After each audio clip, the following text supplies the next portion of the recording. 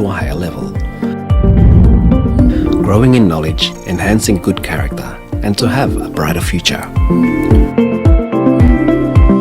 Universitas Terbuka is established to make the dreams of young men and women from all corners of the country come true through the distance higher education system to meet the ever-changing demands of industrial and technological development in the 21st century.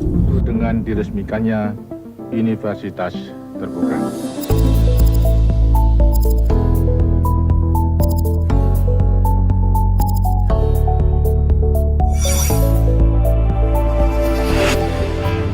Universitas Terbuka is a pioneer of world-quality distance higher education, which is supported by professional lecturers who are experienced in their own field of expertise.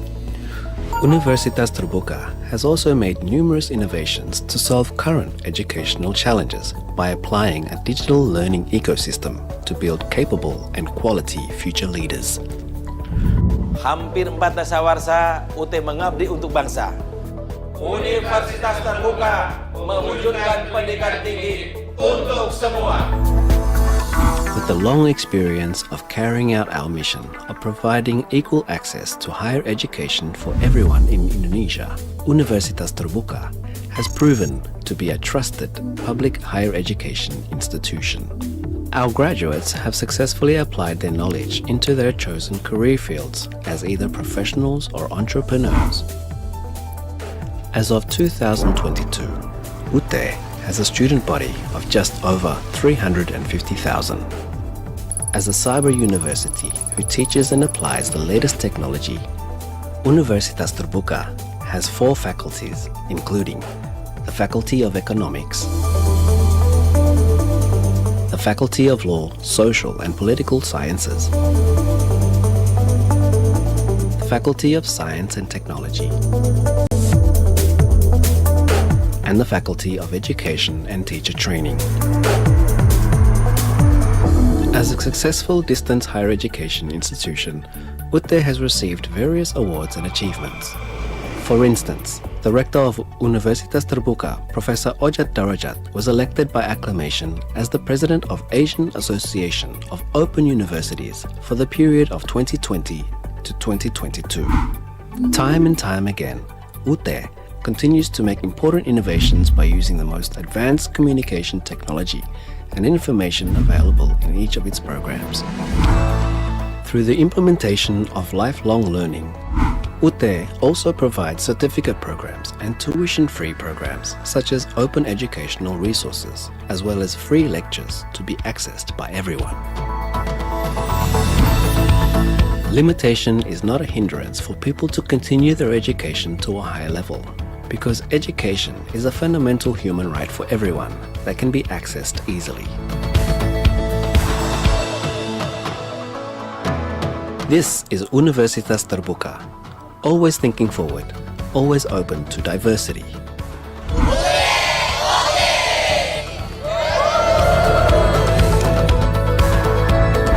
Pendidikan tinggi bagi semua anak negeri. Universitas Terbuka menjangkau yang tidak terjangkau.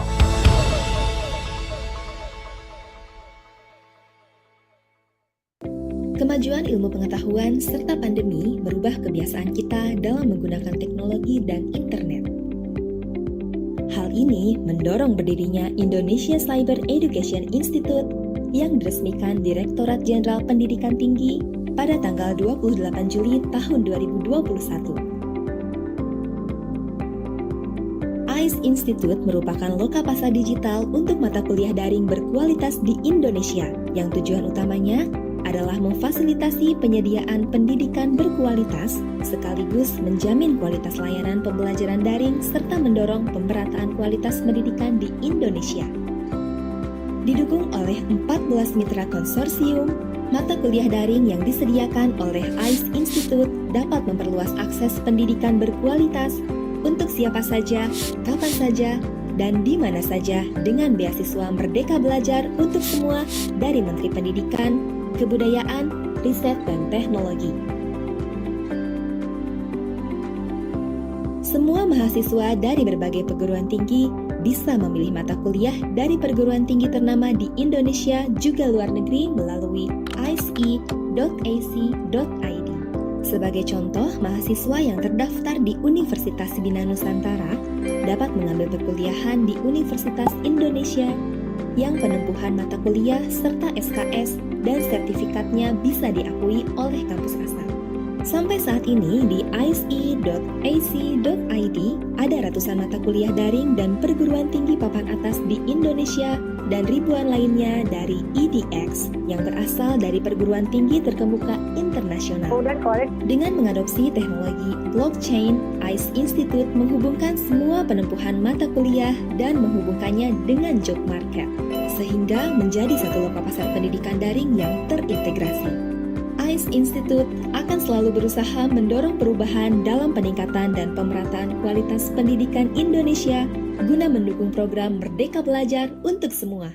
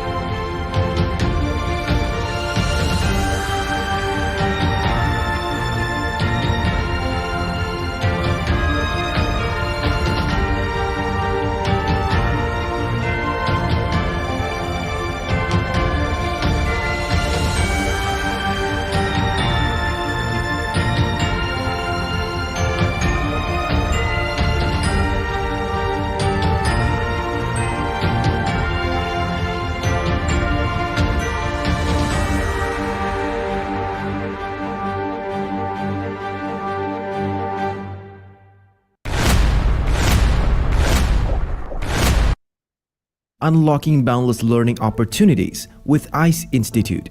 ICE Institute has emerged as a game changer in the realm of education, revolutionizing the way knowledge is accessed and skills are developed.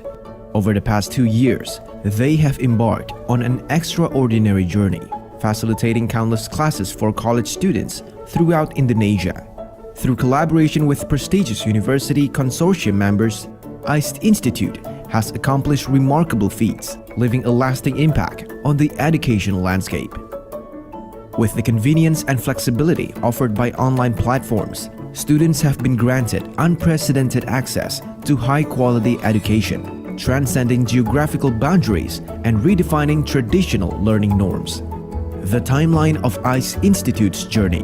On Wednesday, July 28, 2021, the Ministry of Education, Culture, Research and Technology, or Kemendikbudristek, officially launched the Indonesia Cyber Education, or ICE Institute online.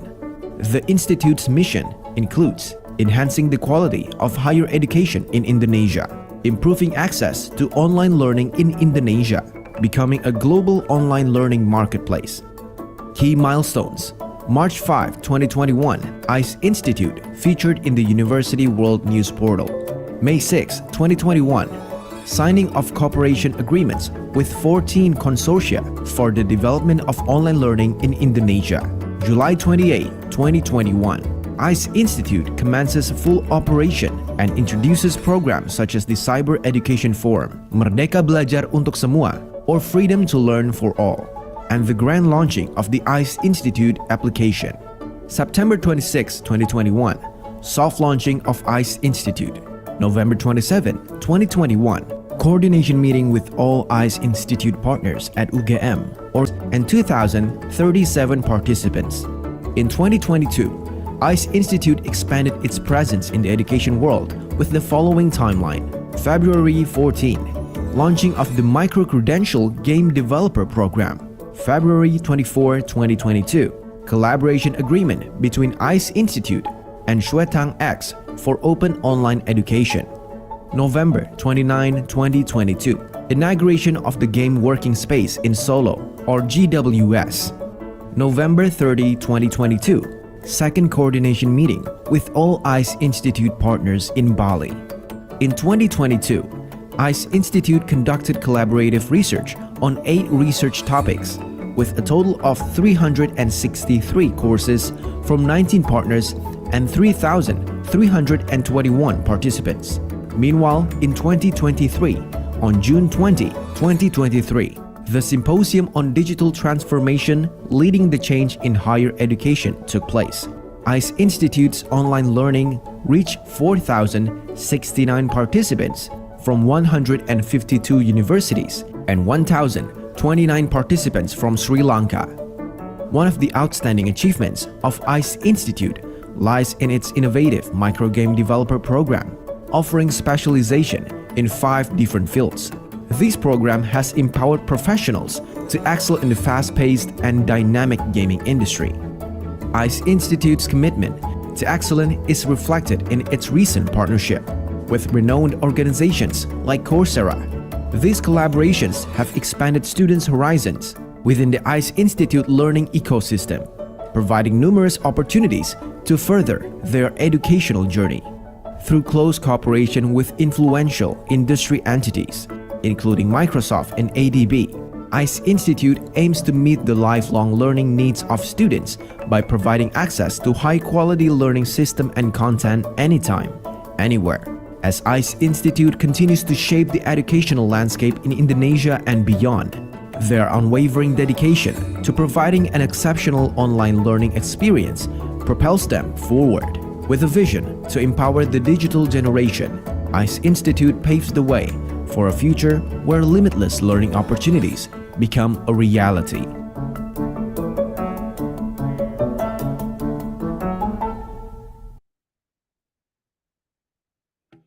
Ladies and gentlemen, your attention if I may. We are about to begin our seminar. We sincerely appreciate your readiness to participate in this enlightening event. Assalamualaikum warahmatullahi wabarakatuh. Salam sejahtera, Om Swastiastu, Namo Buddhaya, salam kebajikan. Good morning, ladies and gentlemen. The Honorable Professor Paulina Pannen, M.LS from ICE Institute, the Honorable keynote speakers, Professor Hazman, Shah, Abdullah, and Dr. Hari Wibawanto, MT, and all the participants of the seminar. Ladies and gentlemen, my name is Ami Hibatul Jamil, the moderator of today's seminar. I am very pleased to see you here and welcome all of you to the 25th Cyber Education Forum entitled Assessment, Transformation of Higher Education in the Digital Era. In the next hour, we will explore how higher education is evolving in the digital age, specifically focusing on the transformation of assessment methods. We will discover innovative strategies and technologies that are reshaping how we measure academic success and enhance the learning experience. Whether you are an educator, student, or education enthusiast, this webinar provides valuable insights into the future of higher education. Thank you for joining us on this enlightening webinar. For the first agenda, we would like to invite Professor Paulina Pannen, M.LS from ICE Institute to deliver the opening remarks. But before that, we would like to play a video of ICE Institute. Have you ever thought about joining the fun Merdeka Belajar Kampus Merdeka but wondering where to start? Or do you want to take part in lectures from well-known domestic and foreign universities? What if you want to improve your skills and get certified while working a full-time job? Is that even possible? At ICE Institute, everything is possible. ICE Institute provides various collections of online courses outside their home university. 2. Capacity building programs for high school students that provide opportunities to take several online courses from well-known universities. 3. Capacity building programs for professionals to enhance their skills and careers. And the best part is, all of these programs are available in one place at icei.ac.id. This way, ICE Institute is focusing on building the capacity and skill set of every level of society, from university students to professionals. Together with consortium members and a growing list of providers and partners, ICE Institute has a collection of more than 600 courses from 23 universities for a quota of 60,000 participants and will continue to grow. In addition to the collection of courses from Indonesia, The ICE Institute has also added a more of international courses in recent years, including 1. More than 1,500 courses on the EDX platform from 55 of the world's top universities for 2,500 participants. 2. 120 courses from the consortium of universities in China that are members of Xuetang X, Tsinghua University, which are provided openly without quota limit. 3. Collection of the International Institute of Online Education, UNESCO ICE, on digital transformation to increase the ability of teachers and lecturers, as well as the higher education community in general. More than 13,000 Indonesian students and 1,000 international students, especially from Sri Lanka, who have attended lectures through the ICE Institute. Keeping up with the current developments in the world of education, the ICE Institute also adds a micro-credential program collection. These programs aims to add and improve community competencies according to market needs, including micro-credential design thinking programs, data analytics, digital security, cloud computing, game developers, and many other collection of micro-credential programs. Upon graduation, students enrolled in the Game Developer Micro-Credential Program will take part in the capstone project for game creation. The best games will be selected by experts from the gaming industry during the judging process. Not only quality programs, but AR/VR has also been used in various lecture processes to provide a modern and futuristic learning experience. The presence of the micro-credential program in the ICE Institute Gallery, which is openly offered to human resources from the business and industrial world, will assist the upskill and reskilling process in increasing the capacity building of these human resources. In collaboration with ADB, World Bank, Microsoft, British Council and United States Embassy, ICE Institute has the ambition to help meet the needs of students by providing quality learning systems and content that can be accessed by anyone, anytime, and anywhere. The ICE Institute also works with domestic and foreign partners to hold cyber education forums to discuss various topics based on research and studies around hot skills in the job market and how students can prepare themselves for the competition. The ICE Institute will continue to carry out various research and developments on the facilities, services, and features provided so that they are the answer to welcome the borderless Industrial Revolution 4.0, which has changed the perspective of how formal education is organized.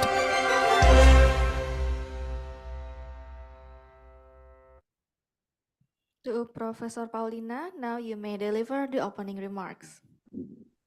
Thank you, Amy. Good morning, everybody. Assalamualaikum warahmatullahi wabarakatuh. First of all, thank you very much, Prof. Hazman, for being able to be with us today for this session. Hopefully, you can enlighten us on the issues of assessment, especially online assessment, when assessment is supposed to be a true picture of the student's achievement, but it is conducted in an online setting, and to tell you the truth, it has changed all the practice and also the mindset of the lecturers in higher education, because usually we do assessment in terms of offline, in front of our eyes, and we can see the students, what they're doing, and we can guard them if they do things naughty or something. But in online setting, it's a different story. And hopefully you can enlighten us on that. It was started actually with ICE Institute.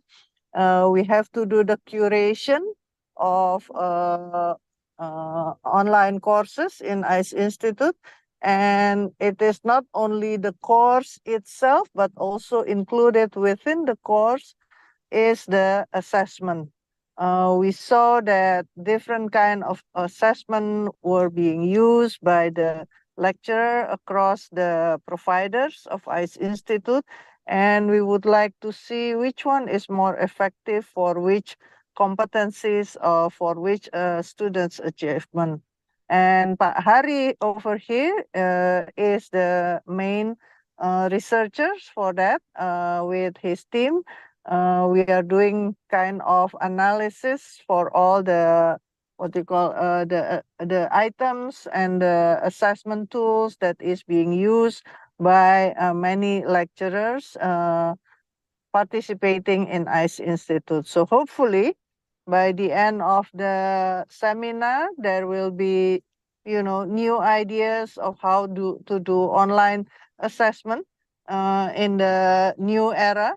And Pak Hari will also gain enlightenment and information regarding how we can conclude in our research together, yeah, Pak Hari.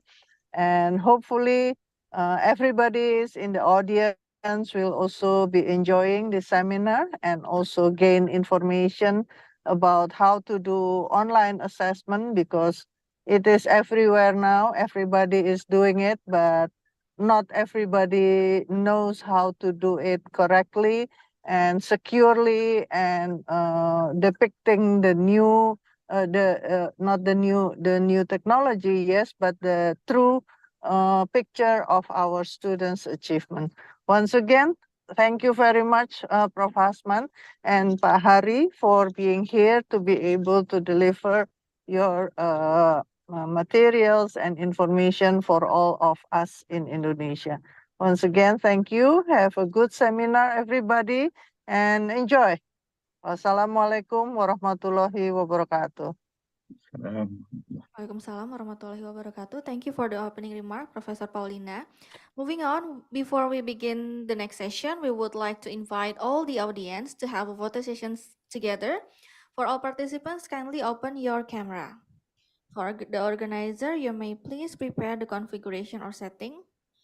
All right, we will start from the first slide. Okay, on 3, 2, 1. All right, next. The next slide. All right. On 3, 2, 1. Okay, the third slide. On 3, 2, 1. And the last one. The last slide. On 3, 2, and 1. All right. Thank you. Ladies and gentlemen, we are now moving forward to the main session. I would like to inform how the presentation will proceed. First, all the speakers will be invited to present the material about 20 minutes. After that, there will be a question and answer session.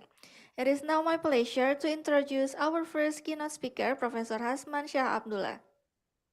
Professor Hazman was a professor of administrative sciences at University Teknologi Mara until his retirement in June 2018. He received his bachelor degree in economics and administration from University of Malaya, master's in public financial management from University of Southern California, and doctoral degree in business management from University Kebangsaan Malaysia. Most recently, he chaired the Malaysia Quality Assurance or MQA panel, which developed the guideline on micro-credentials aimed at higher education providers. He has participated in scores of international quality assurance agencies, universities, and program reviewers. As a senior assessor with MQA, he has assessed over 250 programs, conducted over 25 institutional audits, and trained assessors for both audits. He was a member of the Finance Accreditation Council of the Finance Accreditation Agency in Malaysia until 2022. He continues to be an active contributor on quality assurance of higher education at national and international levels. Professor Hazman, we are looking forward to your presentation. You have 20 minutes to present material, and now the time is yours. Thank you, Ibu. Very good morning to fellow speakers and also all the participants. Good morning. Thank you for inviting me to be part of this session. Before I start, let me make a few remarks. I don't speak here as an expert on online assessments. I'm sure there are many around the table. I'm sure in Universitas Terbuka dan juga di ICE, you have people who are experts in this, but I'm definitely an observer of online education, both because of the responsibilities within the university and also responsibilities under Malaysian Qualification Agency. I was there for 3.5 years as the Deputy CEO responsible for quality assurance, standards, accreditation, and policies, and so on and so forth.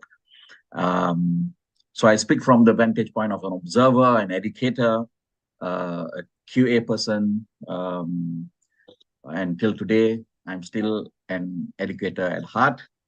So this is a topic which is very dear to everybody. It is dear to me. And I hope this sharing will provide some inspiration, some ideas for ICE and all those who are here to take on the challenge of online assessment. Okay.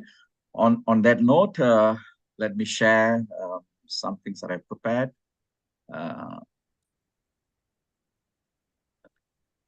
Wait just a minute. Let me see if, let me share the screen and then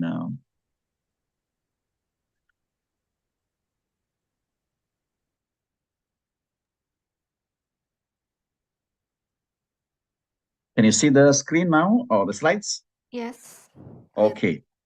What I will do, I'll just quickly within this time talk about assessment in higher education and change very quickly.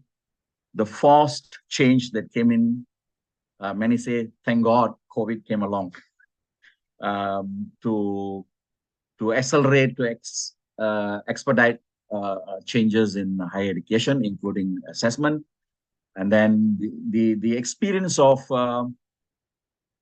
or tasting of online assessment for many, including students, staff, administrators, QA bodies. This was a time when online assessments were everywhere. Everyone was doing it, rightly or wrongly, but everyone had to do it by necessity because we are in an emergency situation. So everybody had a taste of this, right? And we have a bunch of experience around online assessment to take on board and to learn from. And my second last point is, in context of online assessment, sometimes are we asking the right questions or we are asking the wrong questions? And if you ask the wrong question, it doesn't matter what answers you get, you will be already on the wrong path. So it's good to be asking the right question, even if you don't have the right answers, where at least you know you're heading the right direction. And the last one is largely from a QA standpoint. What are some of the enduring concerns you would have, and we have to meet and answer them as we move forward for a variety of reasons. You may or may not agree with some of the observations, but they are definitely my observations based on Malaysian, UK, US, and also Asia Pacific observations. Our assessments are still predominantly conventional. There may be variations within different sectors of university, like Universitas Terbuka, Indonesia, and equivalent universities in Malaysia. They may have much more of this, but generally, we're still predominantly conventional. But it has become modernized. We use digital technology. Even if we do not go online, we're using a lot of digital technology. And I wouldn't say we have transformed on assessment, but certainly assessment has become enriched and modernized, right? I use the word transformation means something much more fundamental, something much more major than just techniques and tools, which may just modernize the old assessment. The second one is our gatekeepers. By gatekeepers, I mean QA bodies within the universities, the Senate, right? Professional bodies, regulators, and particularly the professional bodies. They are still very, very traditional. And many professions and professional bodies still today do not entertain or allow online assessments. some not even distance learning. From the QA standpoint, these are one of the gatekeepers. They know more about and they're very competent in looking at conventional assessments. Conventional assessments, and by that I mean conventional assessment which has been modernized using new tools and technologies, but not really online assessments. Most of the QA bodies are still on a learning curve. They're looking at each other, they're learning from each other, asking questions of themselves, of their network and friends to see if we have discovered better ways and methods and means to do the same, to ensure that this is done responsibly, credibly, effectively, and at the same time recognizing that when you go on to an online assessment, you meet new challenges because you're not talking about highways anymore, you're talking about the cyber highway now. Is the cyber highway available everywhere? Is it reached? Does it reach to every rural town, every cities, every nook and corner of the country? So there's new questions to ask in terms of equity, equality, and so on and so forth. And the last one, even some distance learning institutions are still have not fully gone online. It may be different with Universitas Terbuka, Malaysia, and also Indonesia, and also some other universities. But many of the distance learning institutions still have. They teach and deliver online, but they test them conventionally. They all come to a learning center, a place, and then carry out. They have not actually fully gone online for a lot of reasons. Some of this is technical, some of them are resource-based, some of them are cultural, and some of them are regulatory. Professional bodies, University Grants Commission, QA bodies are also part of this equation that doesn't allow this to happen. But COVID, as one of your eminent professors from Universitas Terbuka said in one of the webinars during the height of the COVID, COVID did what ministries and ministers and governments could not do. Push the universities towards more online use of digital technology, teaching and learning. It has been encouraged. There's been a lot of policies to support and motivate and incentivize, but the rate of change was actually quite slow in most universities. And COVID pushed everybody over the cliff. Everybody had to learn to swim. And most of them did manage to keep afloat. By whatever means they can, they kept afloat. That includes the students as well, not just the lecturers, but students. And everybody had an opportunity to experiment, not just Pak Ari and team. Everybody who was teaching was experimenting. They were researching personally when they're teaching. And that research produced a variety of different results and reactions. In US, it is now well known.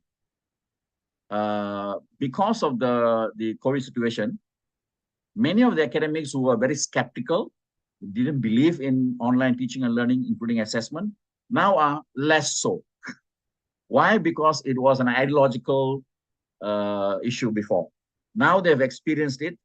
They're not that opposed to it anymore, since they have done it themselves, not listening, reading from somewhere else. Now they've done it themselves. Now they feel that, yes, it can be of value, it can be of equal value, and it can be effective. And some of them are even saying, yeah, I think it can be even be more effective as an assessment.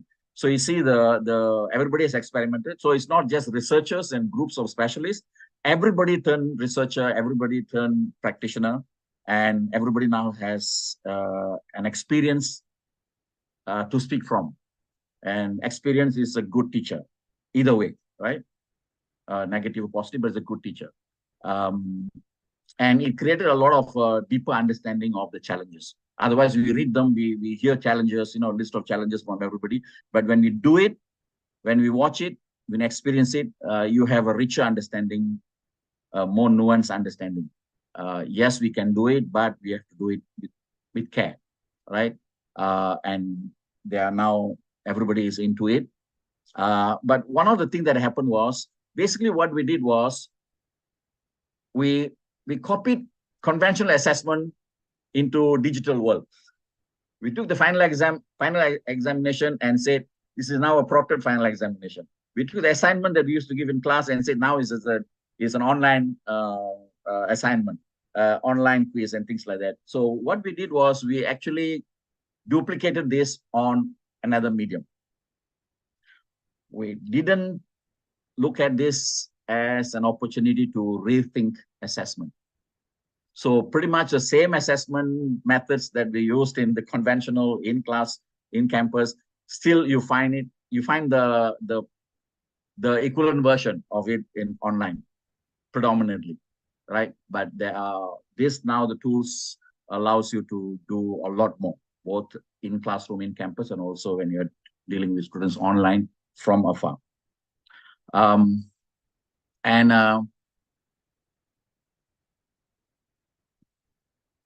So this is the experiment I talked about. We have now reached an nuanced understanding of the tests online.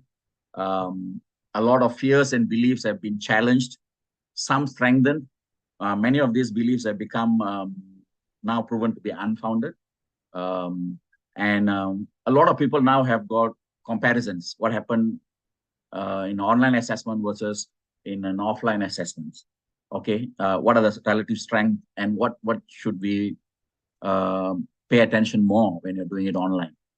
And we also learn new ways to assert control over the process so that we can be satisfied that this assessment is credible, that it is an effective way of assessing the learning outcomes of individuals who may not be before you or in front of you in a classroom, in a physical setting. And also we observe some very perverse effects online. We lost control, we felt uneasy, and that is because we were basically duplicating the way we assess in classroom online, and then we felt that we lost control of everything. Now the learner is in charge, and we also learned that now integrity and ethics become very big part of assessment. Previously, the system took on the responsibility for integrity and ethics. We controlled everything, right? We want to watch them, we monitor them, invigilated them.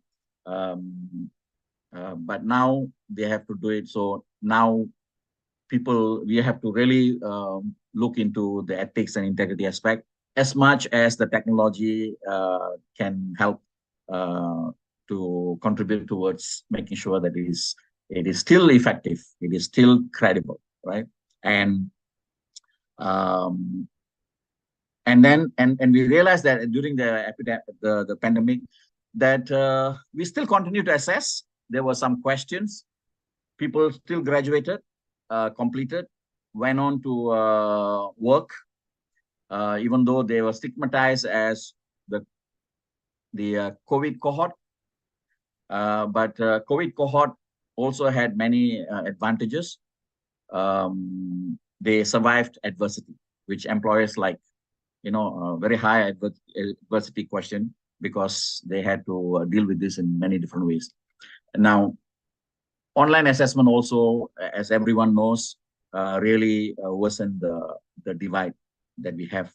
They introduced the digital divide in a major way, especially among the learners, whether they are adult learners or whether they are fresh from school. Now we have another divide to deal with, besides all other divide that we know. This is another divide, and this can really challenge the higher education, right? In terms of making sure it is equitable, you reach out to everyone, access is available, because it's mediated through a technology, and whether that infrastructure is equally available in especially in countries that are large and widespread, like in Indonesia. Integrity and trust issues I've mentioned earlier, and HEIs, higher education institutions, are internally asking these questions. How much can we trust these assessments, and what more we need to do together with the QA bodies. And now it looks like online assessments need another layer of verification. The assessment needs to be assessed by institutions. So they're talking about, we can subject students to these kinds of assessments online from afar, but we still have to have some way of at least one opportunity to assess them without the clutches, all the resources open to them and so on and so forth, and the social issues. The issue that I talked about earlier is we talk about online assessments. Actually, alongside online assessment, we need to talk about alternative assessments, not just online assessment, because online assessment by and large has duplicated assessment, which was conventional. But we need to look at alternative assessments.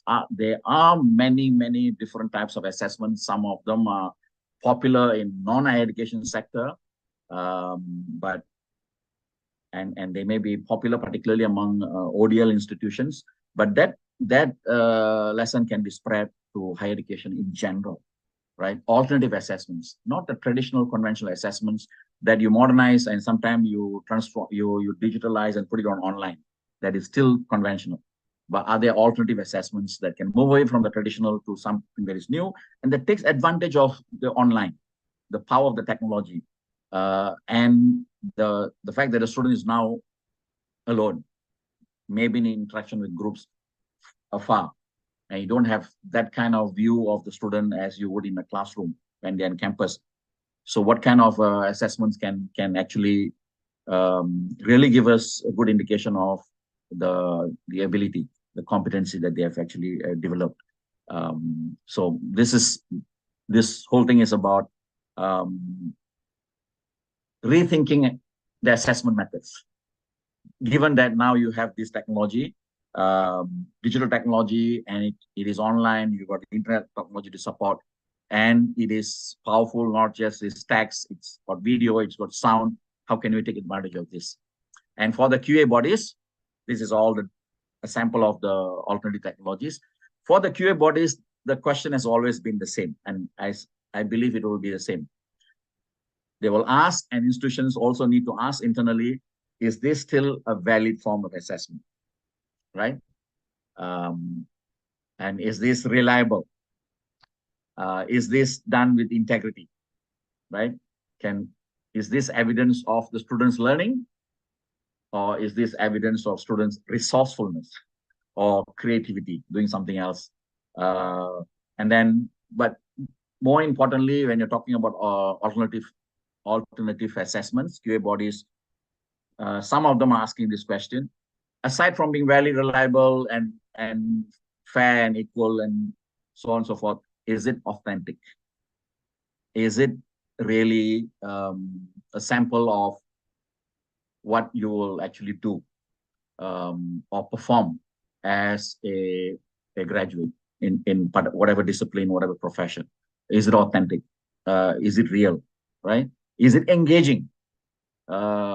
Exams can be terribly boring, right?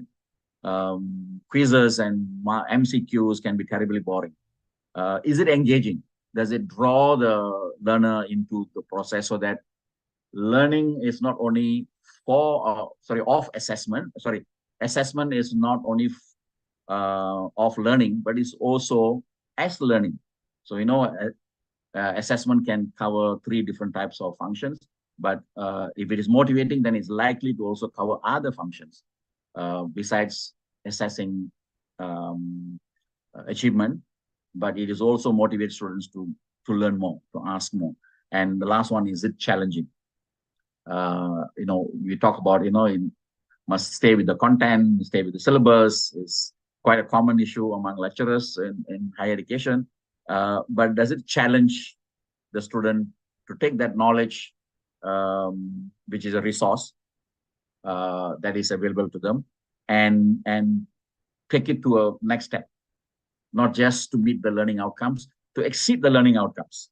Do we provide the space through the assessment, especially the online assessment, for them to take it to a higher place?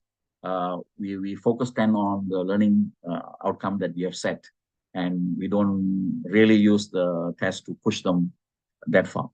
So that's very quickly what I want to say now, and I think the value will be in the QA and the discussion. Thank you. Thank you very much, Professor Hazman, for giving us such an enlightening and interesting presentation about assessment in higher education and change. And I really like the quotes. So we also wants to exceed the learning outcomes, not just meet the learning outcomes. Thank you, Professor. Okay, Professor Hazman, you may please wait for a while. We would like to invite the next speaker first before we accepting questions from the audience. For the participants, if you have something in mind, you may type your questions in the chat room box. Then later the organizer will pick 3 questions for every session. Ladies and gentlemen, now allow me to welcome the second speaker, Dr. Hari Wibawanto MT. He is a lecturer at Universitas Negeri Semarang, and now he is Associate Professor at Department of Electrical Engineering, Universitas Negeri Semarang. His major interests are in image processing and image analysis. Dr. Hari has many experiences in developing e-learning and distance learning for Directorate General of Higher Education since 2005. He also joined the expert team in reviewing new study program proposal, Directorate General of Higher Education, Ministry of Education and Culture, since 2019. In 2021 and 22, he is involved in research team in developing quality assurance of ICE Institute Courses Toolkit, Universitas Terbuka. He has some book publications, among them are Bahan Belajar Mandiri TIK untuk Pembelajaran, Program Bermutu Depdiknas Jakarta in 2008, Perancangan Web Pembelajaran, Textbook for Undergraduate Educational Technology Study Programs in Universitas Terbuka in 2017, and Metodologi Penelitian di Era Digital, Textbook for Master of Environmental Studies, Universitas Terbuka in 2020. Pak Hari, you have 20 minutes to present the material, and now the time is yours. Okay, thank you Ibu Ami. Good morning all. Assalamualaikum warahmatullahi wabarakatuh. Waalaikumsalam warahmatullahi wabarakatuh. So first of all, I want to thank ISI, especially Professor Paulina Pannen, for letting me to give a presentation on quality of assessment. My name is Hari Wibawanto, member of ISI Assessment Quality Evaluation Team. Okay, please let me to share screen for presentation slide. Sorry, the wrong one.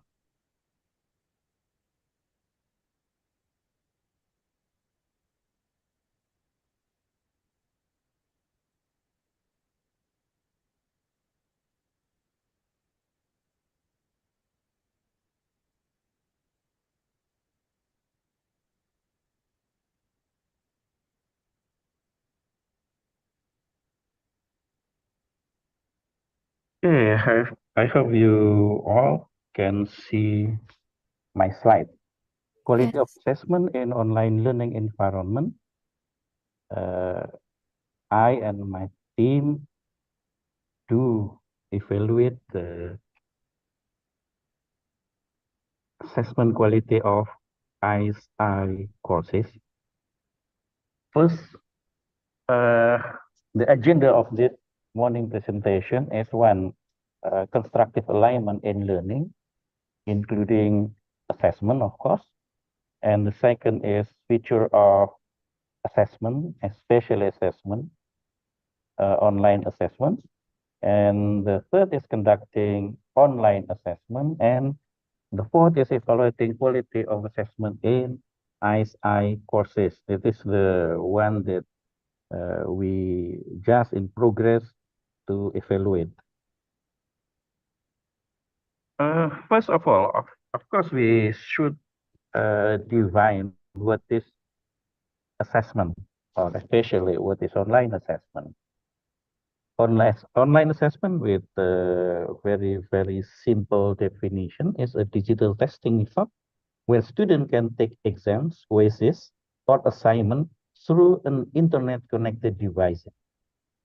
This assessment measures student knowledge, skill, and understanding of particular object or specific intended learning outcome.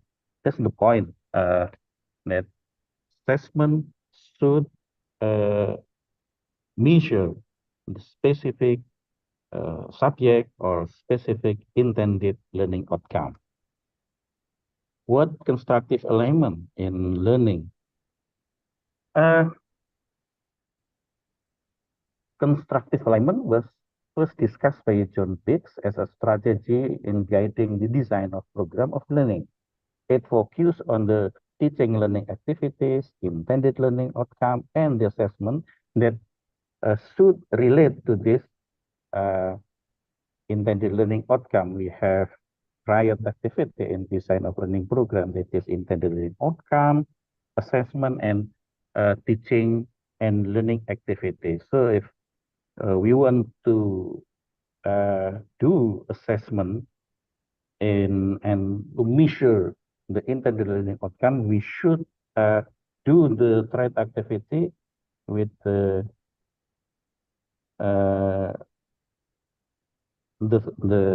tree of activities should be done correctly. In constructive alignment, we systematically align the teaching and learning activities in the assessment task to the intended learning outcome according to the learning activities required in outcomes. And then feature of online assessment. As we all know, the goal of learning assessment should be to measure whether the actual learning outcome matches the desired learning outcome. So we measure and then compare. Do actual learning outcome match the desired learning outcome? There's some point that should be considered. One is, of course, you have to build instruction to achieve specific outcome, and well-written instructional objective describe the desired outcome of instruction and are critical to designing good courses and assessments. And then third, instruction that work means people learn as expected. So they learn, by our instruction, by lecture instruction, they learn as expected. Learn to reach intended learning outcome, of course. Adequate learning assessment tell us whether the instruction we build works and provide us with data to adjust our effort. We measure whether instruction works by seeing if the instruction we build actually help people to achieve the learning objective or intended learning outcome or desired learning outcome. People who build instruction make some typical mistakes when designing learning assessment. These mistakes compromise both their competence as instructional designer and the quality of the instruction they build. Some of these mistakes include one, in expecting a bell curve or normal distribution curve for resulting scoring or resulting the achievement of intended learning outcome. Second is the wrong type of assessment. If we conducting the assessment that doesn't match with the type of intended learning outcome, we call it the wrong type of assessment. Third is not valid, not enough valid enough assessment. The fourth is purely written multiple choice test, and the last one is purely scoring easy test. That's a general mistake that most of teacher do in developing assessment. By bell or normal curve, we means that curve of intended learning outcome achievement that shaped like a bell. unfortunately, the bell curve model is, we can expect it without instruction at all. So the better, if we do instruction better or at optimally, we should have a mastery model like what I showed in the slide. Most students will be high achiever, and that the instruction needs to be fixed if this does not occur. So if we expecting just normal curve, normal distribution curve, there's something wrong with our instruction. We should have this mastery model. Okay, and there are two primary learning assessment format, as we know and as we do. One is performance assessment. This is the more realistic way in terms of situation, or what we would call by Professor Hazman, authentic assessment. Should be a sample of real task in the real world. This is a performance assessment. And then second is test assessment. Involves paper or computer-based form, digitalized of paper, of course, just digitalized of paper. So Professor Hazman said the truth that until now we just assessing our student in conventional way, just digitalize what we do in conventional work. Test assessment involves paper or computer-based form with multiple choice, matching, fill in the blank, short and long answer type. An example, easy or critical reasoning question. The exceptions are by their nature less authentic way of assessing learning, but very practical and therefore commonly used. Test assessment is commonly used, but don't forget that most of them are not really authentic assessment, because we just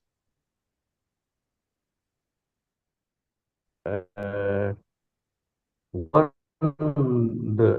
their answer and might be write an answer or fill in the blank, choose for multiple choice. This is not. Most of us do this kind of test assessment, especially when online learning. The optimal assessment type depends primarily on whether the objectives are declarative, that is, knowing about, or procedural, knowing how. Doing tasks, for example, calculate, formulate, build, something like that. By not valid assessment, we means that, okay, valid assessment is measure what it claims to measure. If we want to measure the skill of doing something, say troubleshooting of something, we should have to demonstrate what they can, not writing a procedure or writing step by step for how to troubleshoot. Okay, the best way to establish validity is to carefully match learning objective and assessment in triad constructive alignment. We have to match learning objective and assessment and also learning activities. For example, in troubleshooting assessment, as I said, asking students to match part, describing the function, telling the typical problem, writing the step on doing troubleshoot are not valid assessment. Lack of validity impact cost, quality, and fairness. And if the result of assessment impact passing the cost, as usually we do, invalid assessment are not only unfair but potentially illegal. For example, if we test a troubleshooting skill just by let the student write the step of troubleshooting, and it's unfair. Student that have a good writing skill doing better student that really has troubleshooting skill. That's we call unfair, and of course potentially illegal. The one that should not pass will pass, and the one that should be failed on this test can be passed from the test.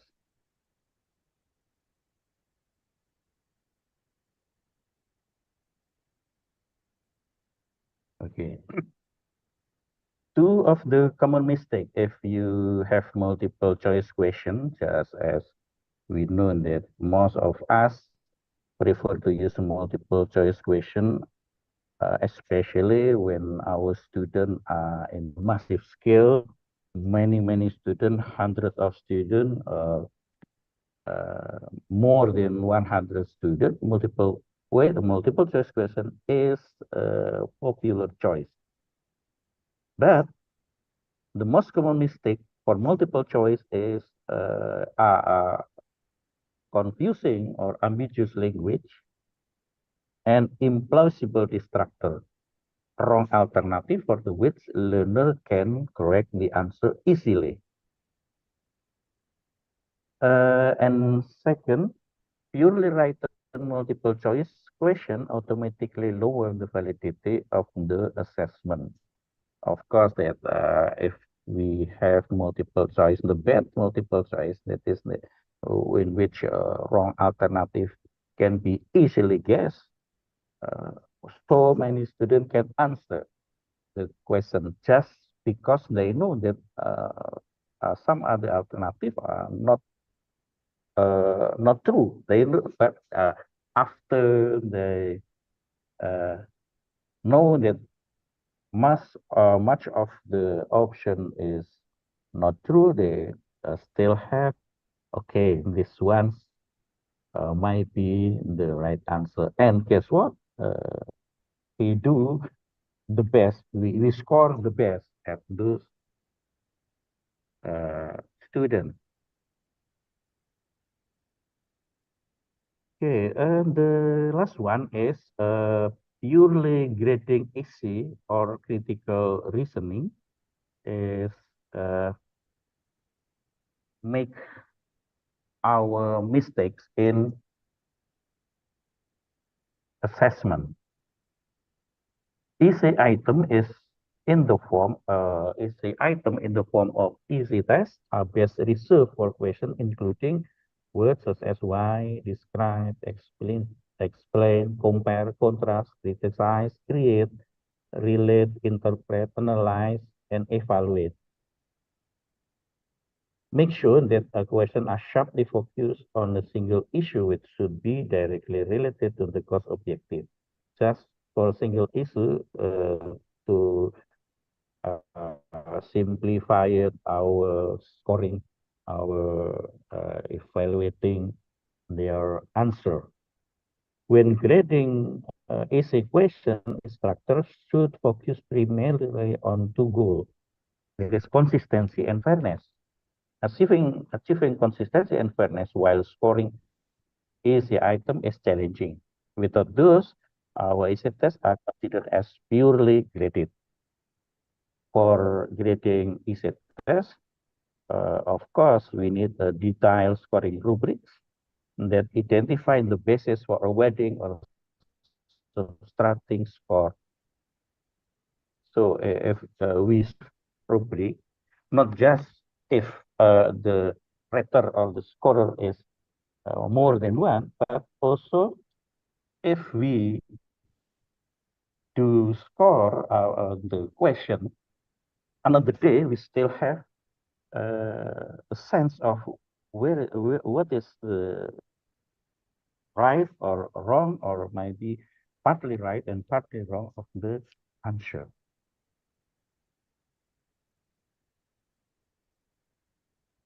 Okay, in conducting online assessment,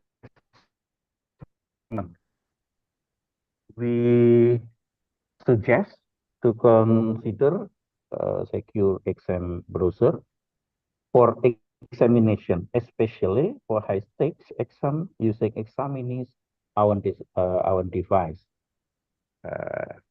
Secure exam browser is a browser, specific browser that will prevent test taker for accessing resources on the internet or resources on their own device. Make sure there are no other people around the test taker who might have to provide answer.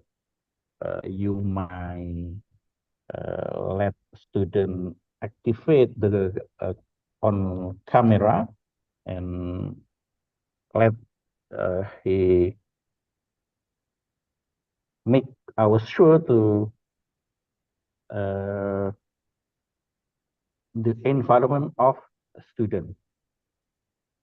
And of course, use time exam. This is the one that most of us use, especially for multiple choice question. If the allotted time has expired, the system is forced to proceed to the next question.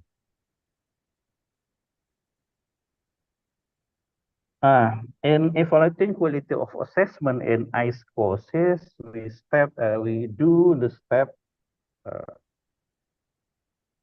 two steps primarily. One is reviewing the intended learning outcome and or learning materials, conduct a detailed review of intended learning outcome and or learning material provided.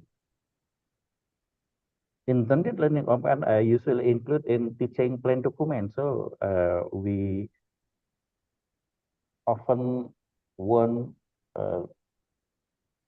to let author of courses to give us a teaching plan document. And we know intended learning outcome from the documents. We review, we evaluate, and then this one is as reference for assessment item that they develop. And then the second is mapping intended learning outcome with the test, task, or assignment developed by instructional designer and or by used by the lecturer.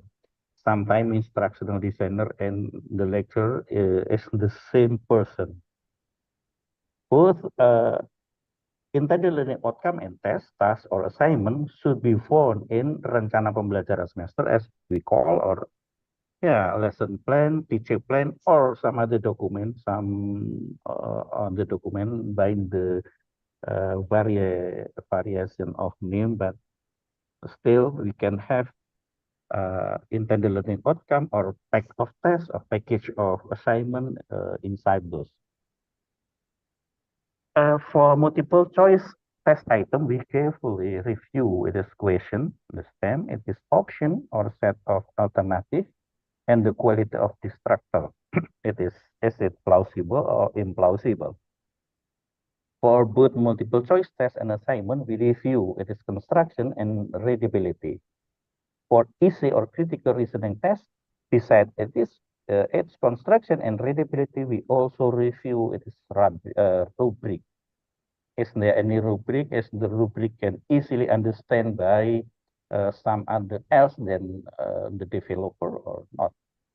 Is the crucial thing to evaluate, to review the quality of assessment in IC courses.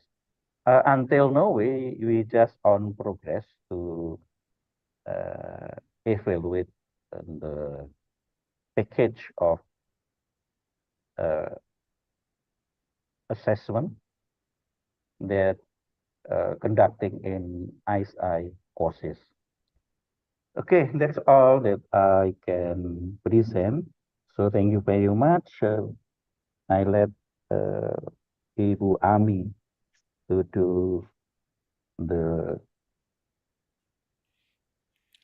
Thank you, Pak Hari. Thank you very much for giving us such insightful presentation about quality assessment in online learning environment.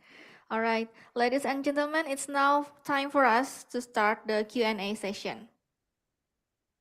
The organizer may please to display the question from the audience. All right, we have, okay, so this is the question here, the first one coming from Akbar, addressed to both speakers, asks about how do lecturers get a comprehensive evaluation of student achievements in online learning, considering the massive influence of AI or ChatGPT nowadays? Please, Prof. Hazman and then Dr. Hari. Okay, can you hear me? Yes. Yeah. Yes. Okay, everybody is actually looking forward to an answer to that question everywhere, because it is a challenge in higher education, in education in general, higher education in particular. What do you do with all these smart tools? Not just ChatGPT, but there are so many other variations of these smart tools for almost every area, every discipline, and different aspects of different types of assessment when you think about it. So the first thing is you cannot ban it or take it out of the equation. That's not feasible. That's not possible. Stanford reacted by banning this in campus, and I think within 2 months they pull it back. This is not feasible, not a very wise move. They pull it back. And most universities have now realized that they can't stop it. It is there. And now the question is, how do we use recognize that it is there and allow students to use it ethically, responsibly, and in most cases we want them to disclose the use. If they've used it, so for example, closer to home in Malaysia, the advice issued by the QA bodies is it is not healthy or advisable to ban it, to eliminate it and say nobody can use this. That is not feasible, not practical. It is not desirable, because the world of work and everything else uses this in large measure. So trying to stop the students from using it is like saying education shouldn't be for life, right? So it's for life and living and livelihood. So AI need to be used, but the direction we're moving is, yes, use it appropriately, use it ethically, use it responsibly, and use it with honesty. So if you use it, you need to disclose, so that in assessment we take note of all the tools that you have used, and also assess. So now you're assessing the students' ability to perform something, do something, create something with huge support from these tools, right? So the assessment, both the type of assessments and also what you're looking for in the assessment need to shift. It's easier said than done, right? So all of us, teachers or lecturers, need to play our part to figure out how can I do the assessment based on many things that Ari has already mentioned. And at the same time, knowing that students will use it, will use this to carry out the assessment, so that instead of denying it and pretending that it's not taking place and trying to be a policeman to catch them, you recognize that this is going to be used, maybe incorporate it, address it, encourage it, so that in the assessment you can still use the assessment tool to determine the purpose of the assessment in the first place, right? And we've been doing this over the decades, right? Many decades ago, some of you would remember, we didn't have a calculator. Then calculators came in. Then scientific calculators came in. Now smart calculators are coming, and we are in a stage where it's much more than calculator, right? It's not just calculator. So a lot more can be done by the tool compared to the student, including drawing, thinking, computing, coding, designing, so many things, poetry. So you can do a lot more things. So the assessment need to recognize this. Assessment task need to recognize this. Assessment criteria need to recognize this. And that is where even many of the QA bodies are there. They said use this, and none of them are saying take this out of assessment so that you're assessing student. We always assess students in a context, right? In technical STEM disciplines, you always assess students with equipment, in labs, in use of equipment, things like that. So STEM people have been doing this. But what about non-STEM disciplines? Suddenly you also got a lot of equipment. So how do you cope with an equipment-rich environment? So those in non-STEM disciplines, this is a new experience. But those in STEM discipline, this is not a new experience. They have been in a equipment-rich environment. So they have learned how to see students working together with this to solve some problems, right? And non-STEM need to look at the STEM and say, smart tools are like equipment. They are tools. So how do we carry out assessments where there is a lot of these tools for students to use? So that's my response. Unfortunately, I don't have an answer for the friend that asked the questions. We all have to seek the answers and share the answers with everyone. Thank you. Thank you. Dr. Hari? Okay, thank you. Yeah, this is the new challenge for us with the AI that more and more, we call it intelligent than us. But for some part of it can be maybe a solution, some part of solution. Please, real-time examination with maybe use spatial browser that cannot access anything except the test itself. But it's good in the beginning. But as Pak Hazman say, there are any other equipment, any other devices that they can use. That's until now we have not the answer, the best answer, the good answer, and have a solution about that. And consider using oral examination.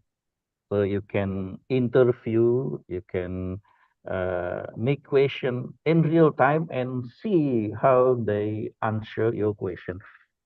Of course, this is time consuming, but until now, that's all that we can do, I think. Thank you. Thank you for your response. Next question. All right.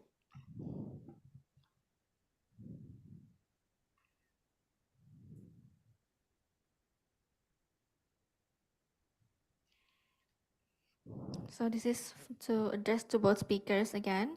Can we categorize applications like quizzes maybe as authentic assessments? Pari, you want to go first this time? Okay. Of course, this is not most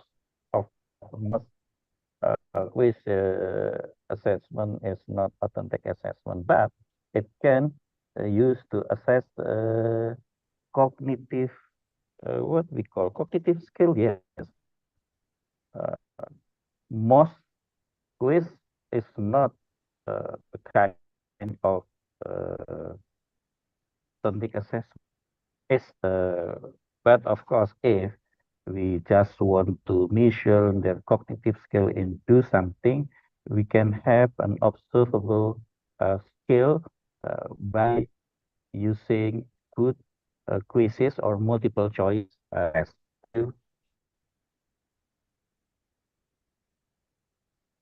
All right.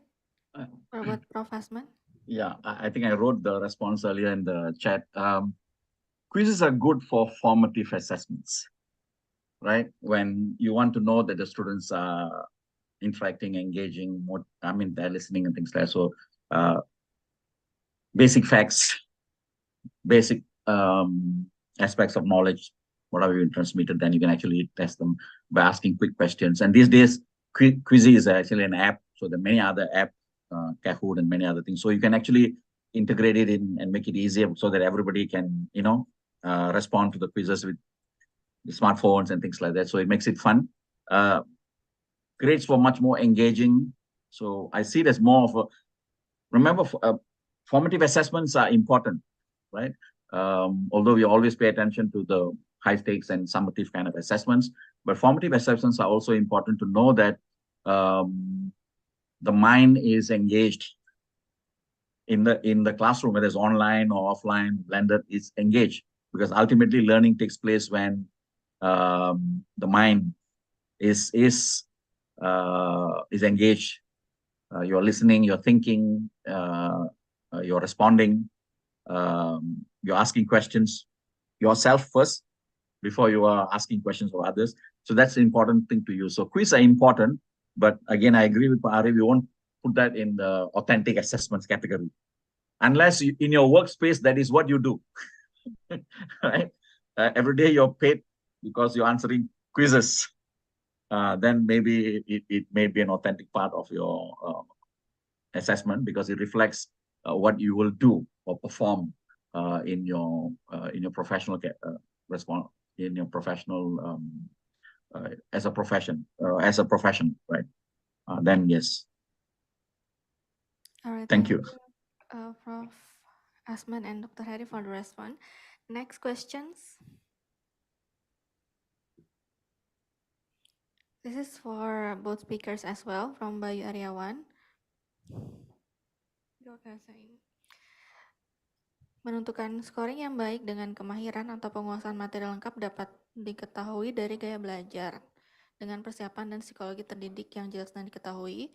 Untuk menjamin penentuan minat dan bakat dalam berkarya, bagaimana menonjolkan perbandingan aspek psiko dan kognitif dari hasil pencapaian pembelajaran yang berpusat terhadap prestasi dan motivasi belajarnya.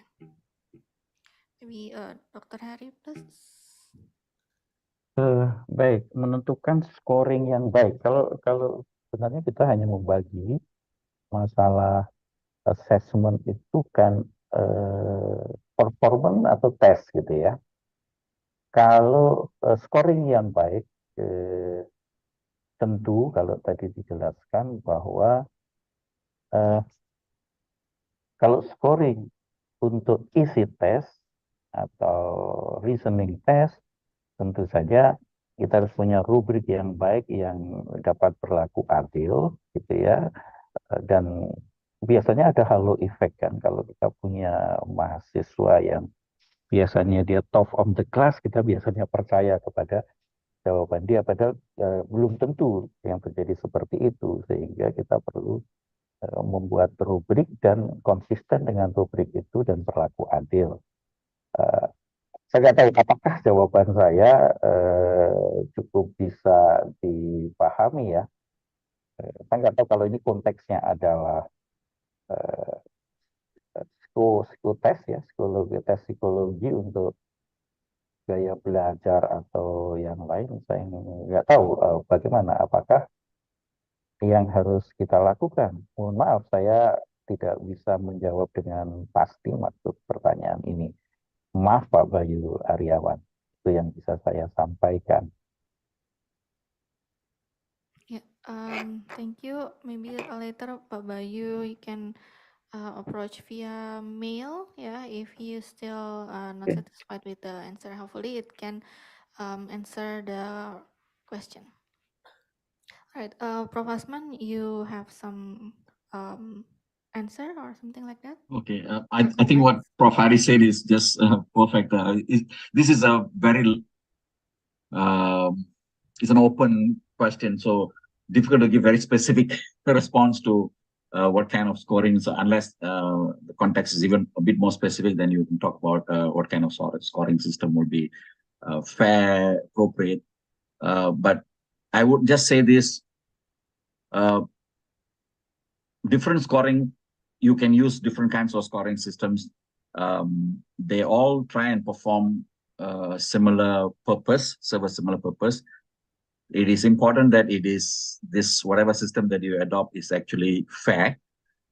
It able to discriminate different performance levels of performance, and the scoring system you're using is easy to understand by different users, because they're going to be different users, universities, other courses, employers, recruiters, so they can understand the scoring system. It's intuitive, right? That is important because it's not just intended for internal use by the university or in the department, but it's actually it is going to be used by many different people. So the system should be something that's easy to understand, intuitive. Many competency-based, just competent, not competent, right? Because and then there are various levels of competency, basic, proficient, competent, mastery. So it all depends on is there a need for you to have different levels of a system that communicates the different levels. Is there a need? In some cases there is a need. In some cases they only want to know competent or not competent. So dalam perubatan umpamanya di Malaysia, they want to know competent or not competent. They don't want to say highly competent, moderately competent. No, because this is dealing with life. Competent means has enough knowledge and skills to safely treat. If not, the person need to go through more learning and process before we can say competent. So they only want to know binary saja. Yes or no. Success or fail. Success or fail. Lain, Success and fail, kan? Di pendidikan secara umum dia ada, American System 4.0, English System, marks, classes dan sebagainya. Itu tapi all of them end of the day must be fair to the student in terms of it's a fair reflection individually and also comparatively it's a fair reflection of their mastery, ability, or competence. It should be a fair reflection. If it is fair, I think you got something right. And we always learn whether it's fair or unfair over time. Over time, kita can tell whether that's all I can share with Thank you. saudara yang tanya tadi. Thank you, Prof. Hazman, for your response. All right, is there any other questions? Let's see. All right, so this is to address to Dr. Hari. What kind of transformation of assessment in more specific in higher education curriculum design from Andromeda? Okay, transformation of assessment. Okay. As you know that until now we have a tool, just a tool for multiple choice and other and the like, in learning management system. But we know that there is any other question, any other assessment that the students should construct something.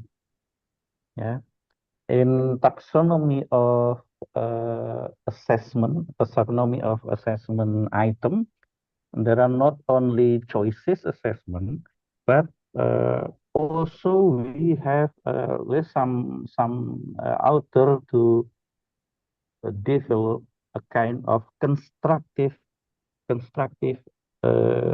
assessment. That's they need a student to construct, to build something, and the system can evaluate by machine, not by man, not by teacher. But it's not implemented in many learning management systems that we use for online learning.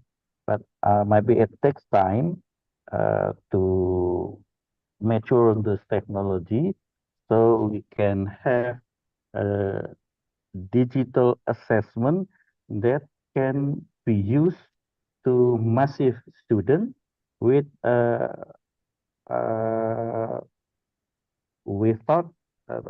make a teacher or a lecturer to score one by one. It's automatically by machine.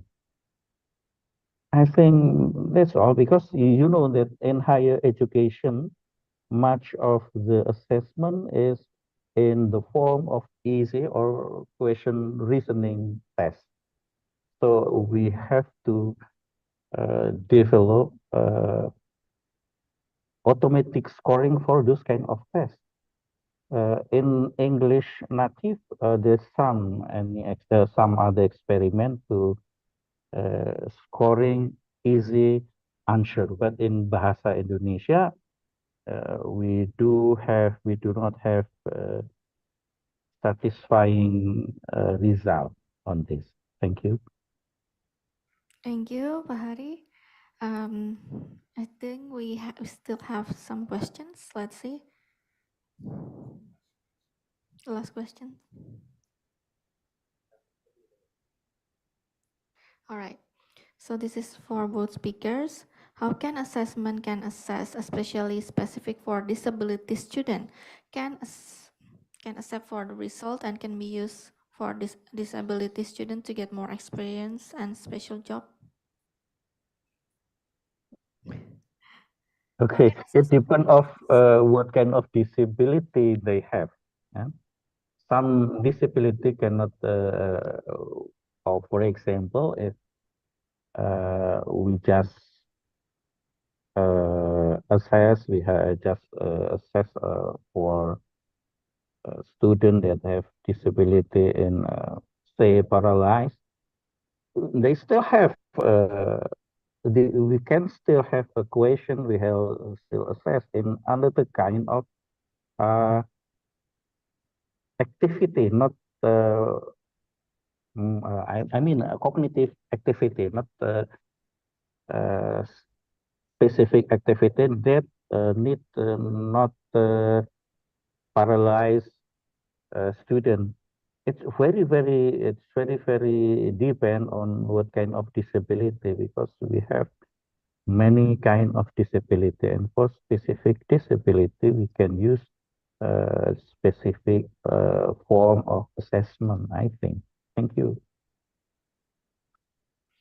Thank you, Pak Hari, for the response. We also would like to thank the speakers about the informative and fascinating discussion and all the participants for the participation. We apologize because of the time limitation, we cannot address all questions. Ladies and gentlemen, for your information, requisite of getting certificate, please filling out the feedback form later with the link that the organizer will give.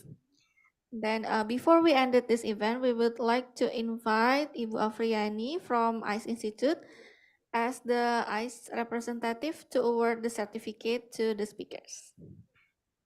Okay, for the speakers, yeah, all right, please.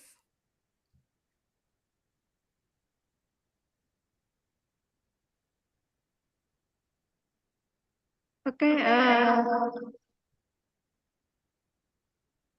thank you so much.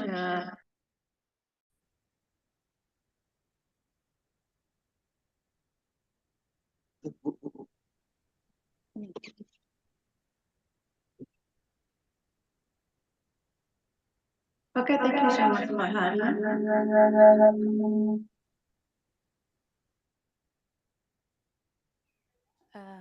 Hello. Prof. Hari and Prof. Hazman, thank you so much for your contribution today. And also thank you for your time and your sharing. We believe your sharing and your research today enlighten us more about online learning, especially in this today new era. And I am Ani, on behalf of the organizing committee. I would like to give each of you a certificate of appreciation for your great contribution for today's webinar. Thank you. Okay. Thank you. Thank you. This certificate is for Prof. Hazman. Thank you so much for your contribution. And, thank you. Terima kasih. And the second certificate for Dr. Hari Wibawanto, and thank you so much for your Terima contribution, kasih Bu Afriani. Okay. Okay, let's give a virtual round of applause for the two speakers today. And thank you for our board speakers and to all participants. Thank you. Thank you. Thank you, Prof. Hazman. See you. Thank you, Prof. sometime. Hari and everyone. Have a Great, good day. Thank you, Bu Afriani, Prof. Hazman, and Pak Hari. Finally, give applause for all speakers, organizer, and for all of us. Thank you. Thank you so much. I would like to express sincere gratitude to the speakers, organizer, and everyone who took part. As the moderator, I'm Ami, and I apologize for any minor errors that may have occurred. It has been a delightful experience leading this discussion. Until next time, we'll see you in the next CEF. Billahi taufiq wal hidayah. Wassalamualaikum warahmatullahi wabarakatuh. Waalaikumsalam Everyone. warahmatullahi wabarakatuh. Okay, bye. Okay. Bye all.